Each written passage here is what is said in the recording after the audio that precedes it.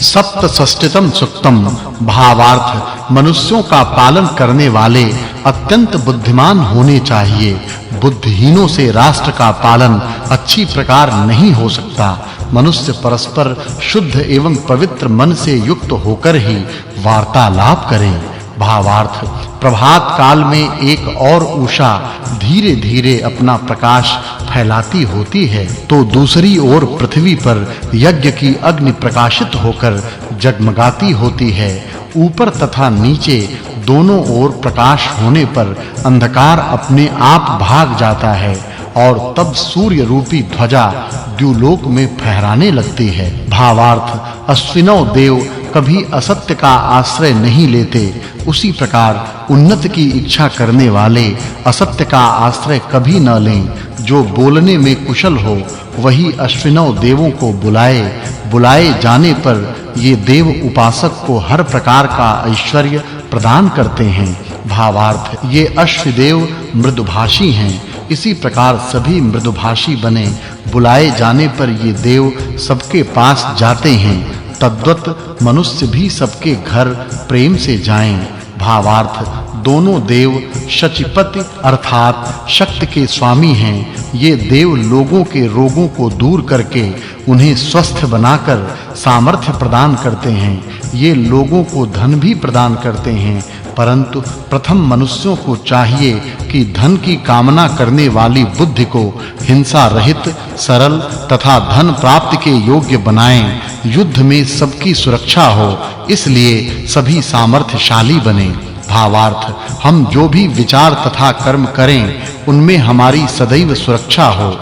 हम कोई भी ऐसा कुविचार अथवा कुकर्म न करें जिससे हमारी सुरक्षा खतरे में पड़े। हम सुख प्रजाएं उत्पन्न करने में समर्थ, शुभ संस्कारों से संपन्न एवं वीर्य संपन्न हों। हमें सदैव पुत्र पौत्रों का सुख मिलता रहे।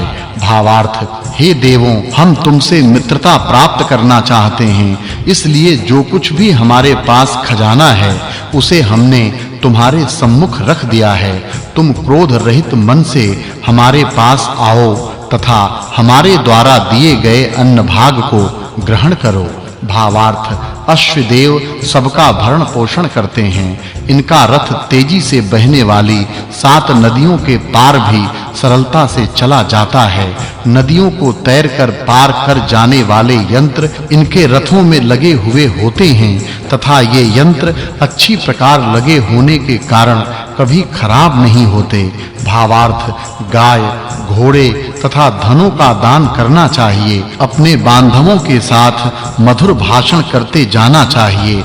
जो धन से युक्त होकर धन का दान करते हैं उन्हें छोड़कर अन्य जगह नहीं जाना चाहिए। भावार्थ, जहां पर्याप्त अन्न हो तथा जहां दाता हो वहीं जाना चाहिए। मनुष्य स्वयं रत्नों को धारण करे तथा दूसरों को भी दे। सच्चे ज्ञानियों की बड़ाई करनी चाहिए और कल्याण करने के साधनों से अपनी सुरक्षा करनी चाहिए। अष्टषष्टितम सुक्तम। भावार्थ, अश्वदेव श्वेत वर्ण वाले श्रेष्ठ घोड़ों वाले तथा इनकी स्तुति करने वालों की प्रार्थनाओं को सम्मान पूर्वक सुनते हैं। भावार्थ, हर्षवर्धक अन्न का सेवन करके उससे अपना बल बढ़ाकर शत्रुओं को दूर हटाना चाहिए।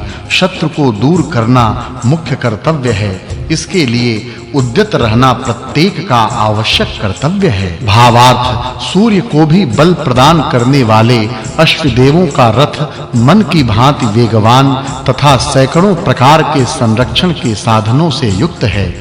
वह रथ हमारे पास आए। भावार्थ, जब सोम कूटने के लिए पत्थर एक दूसरे पर रगड़े जाते हैं तब उनमें से शब्द निकलता है। उस शब्द से आकृष्ट होकर देव आते हैं। भावार्थ, अत्रि ऋषि असुरों के कारावास में रहने के कारण बहुत कमजोर हो गए थे। उन्हें बलवान तथा पुष्ट बनाने के लिए अश्वदेवों ने इस प्रकार का विलक्षण एवं पुष्टिकारक अन्न दिया जिससे अत्रि ऋषि पुनः बलवान बने तथा कार्य करने में समर्थ हुए। वैद्यों को भी ऐसे पुष्टिकारक अन्नों का निर्माण करना चाहिए जिसे खाकर राष्ट्र की प्रजाएं पुष्ट तथा समर्थ बने। भावार्थ च्यवन ऋषि बहुत वृद्ध हो गए थे।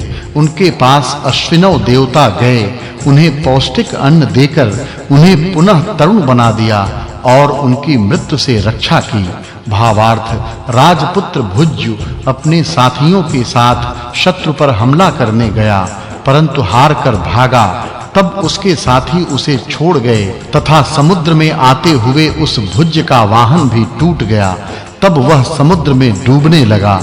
तब अश्विनी देवों ने उसे समुद्र में से उठाकर उसके घर पहुंचाया और इस प्रकार उसकी रक्षा की। भावार्थ इन अश्विनी कुमारों ने क्षीण होने वाले वृक को भी शक्ति देकर समर्थ बनाया। इन्होंने शयु का हित करने के लिए उसकी प्रार्थना सुनी। सभी प्रकार की शक्तियों से परिपूर्ण इन दोनों ने वंध्या गाय को भी दुधारू बना दिया। भावार्थ शिल्पी लोग भी उषा काल से पहले उठें तथा अपने इष्ट देव की उपासना करें। गाय आदि पशु अपने दूध से उनका पोषण करें और सभी देवगण भी शिल्पियों की रक्षा करें। एकोन सप्ततितम सुक्तम। भावार्थ इस मंत्र के वर्णन से पता चलता है कि अश्व देवों का रथ अनेक प्रकार के औषधियों से मिश्रित घृत एवं पौष्टिक अन्नों से तथा चिकित्सा के साधनों से भरपूर भरा था। अश्वदेव इस रथ में बैठकर स्थान-स्थान पर जाते थे तथा उनकी चिकित्सा करके उन्हें पौष्टिक अन्न देते थे। वे स्वयं रोगियों के घर जाते थे तथा उनकी चिकित्सा करते थे। इस प्रकार देश के वैद्य रोगियों के पास जाकर उनकी चिकित्सा करें और देश का स्वास्थ्य उत्तम करें। भावार्थ ये अश्वदेव अपनी यात्रा का प्रारंभ करते हुए जब प्रजाओं के निकट जाना चाहते हैं तब उनका वह सुंदर रथ मन के इशारे से चलता है तथा ये वहां जाना चाहते हैं। भावार्थ शत्रु को नष्ट करने वाले अश्वदेव यशस्वी हैं तथा अपने रथ में उत्तम घोड़े को जोतकर प्रजाओं के पास जाते हैं और जाकर प्रेम पूर्वक मीठा रस पीते हैं। भावार्थ जो स्वयं देव बनने की कामना करने वाला है उसे देवयन कहते हैं। देव के गुणों को अपने अंदर धारण करने की कामना करने वाला, नर से नारायण बनने की कामना करने वाला, इस प्रकार अपनी उन्नति चाहने वाले पुरुष की अश्वदेव अपनी अनेक शक्तियों से सुरक्षा करते हैं। उन्नति के लिए यत्न करने वाले की सुरक्षा जिस प्रकार होती है वैसी सुरक्षा अपनी उन्नति के लिए यत्न न करने वाले की नहीं होती। भावार्थ हे रथी अश्वदेवों, घोड़े से संपन्न रथ जिस प्रकार उत्तम मार्ग से तुम्हें तुम्हारे घर पहुंचाता है, उसी प्रकार उस रथ से प्रातः काल हमें दुखों से दूर करके सुख प्रदान करने के लिए आओ। भावार्थ हे अश्वदेवों, तुम हमारे यज्ञ में आकर हमारे द्वारा अर्पित किए गए सोम रस को पियो। तुम्हें बुलाने वाले बहुत हैं, वे बुलाने वाले सब देव बनने की कामना करते हैं, इसलिए वे तुम दोनों को अपने पास ही न रोक रखें। भावार्थ हे अश्वदेवों, भुज्यु समुद्र में गिर पड़ा था, तब अश्वदेवों ने उसे ऊपर उठाया तथा अपने पक्षी के समान विमानों में उसे बिठलाकर समुद्र पार कराया तथा उसके घर पहुंचाया। भावार्थ जहां भरपूर अन्न हो तथा जहां दाता हो वहीं जाना चाहिए।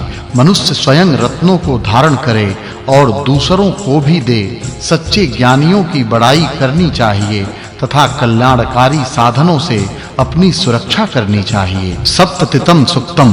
भावार्थ हे अश्विनौ देवों, पृथ्वी पर यह स्थान तुम्हारे लिए बहुत प्रशंसित है। तुम हमारे पास आओ तथा इस स्थान पर बैठो। भावार्थ याजकों की श्रेष्ठ बुद्धि स्तोत्र पाठ से अश्वदेवों की सेवा कर रही है। अग्नि प्रदीप्त होकर यज्ञ आरंभ हुआ है। वह यज्ञ